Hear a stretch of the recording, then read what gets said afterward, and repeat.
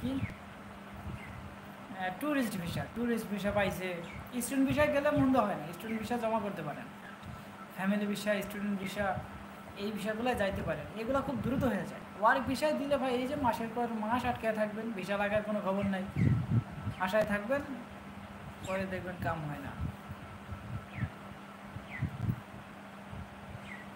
ভাই আমি অস্ট্রেলিয়ার কথা বলি নাই, বলছি অস্ট্রিয়ার ওয়ার্ক ভিসা হয় কি না। ও অস্ট্রিয়া তো মনে হয় ওটা ইউরোপের ভিতরে না? হ্যাঁ অস্ট্রিয়া তো ইউরোপের ভিতরে। আপনার এই এই দেশগুলো সম্পর্কে ভাই আমার অতটা ধারণা নাই, তো যে যেই দেশ সম্পর্কে জানে বুঝে তার কাছে একটু যাবেন। অস্ট্রিয়া সম্পর্কে যারা একটু ভালো বুঝে তাদের তাদের কাছে একটু যাবেন। তো এইগুলো তো আমার কাছে নিউজ নাই, বা আমার কোনো আত্মীয় স্বজন ওইখানে থাকেও না।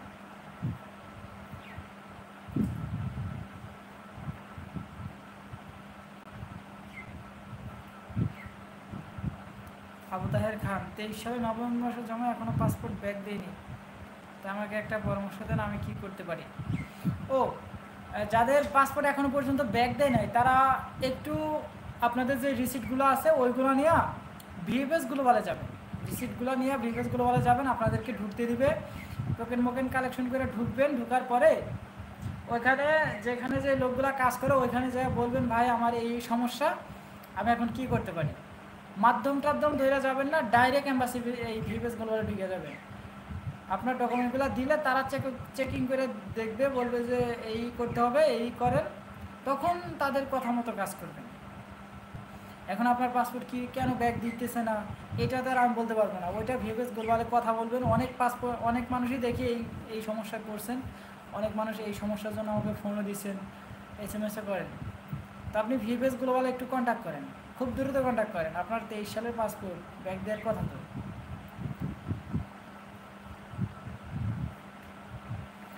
বাট প্রবলেম তো একটাই, আমার মেইন উদ্দেশ্য হলো কাজ করা। হ্যাঁ স্টুডেন্ট বিষয়ে গেলেও তো আপনি কাজ করতে পারবেন। আরে ভাই সহজ জিনিস বুঝেন না কেন? হয়তো বা আপনার স্টুডেন্ট বিষয়ে গেলে ভালো কোনো কাজ পাবেন না এটার ভয়ে, তাই তো? কোনো ব্যাপার না, অন্যান্য কাজও আছে, অসংখ্য কাজ বইরা আছে ইটালিতে। আপনি শুধু যে স্টুডেন্ট বিষয়ে যে পড়াশোনা করবেন এটা তো বিষয় না, আপনি পার্ট টাইম জব করতে পারবেন। এছাড়াও অনেক অনেক কাজ আছে, ওগুলো করতে পারবেন, সমস্যা নাই, কাজ নিয়ে টেনশন নাই।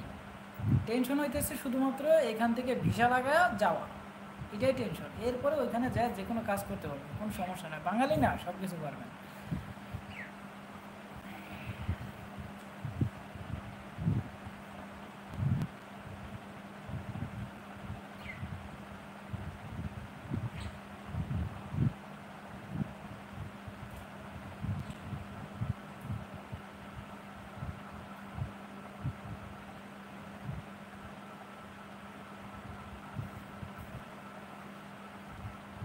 আচ্ছা আর বেশি মানুষ লাইভে নাই, আমরা লাইভটা এখনই শেষ করে দিব, বেশি বড় করবো না।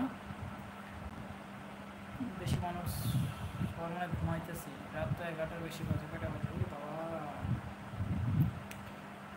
11টা 22 বাজে। আমরা আর বেশি বড় করতেছি না, কেউ আর কমেন্টও করতেছে না। ওকে সবাই সুস্থ থাকবেন, ভালো থাকবেন, দেখা হচ্ছে নেক্সট লাইভে অথবা নেক্সট একটা ভিডিওতে।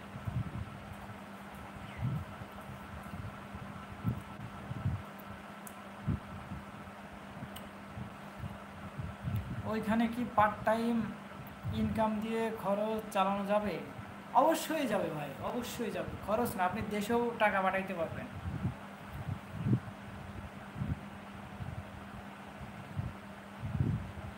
আরে ভাই না রে ভাই, যেগুলো বলতেছেন এগুলো না, নাকি নেওয়া লাগবে। আপনি টাকা নেবেন কেন? আপনি আরও টাকা দেশে পাঠাইতে পারবেন।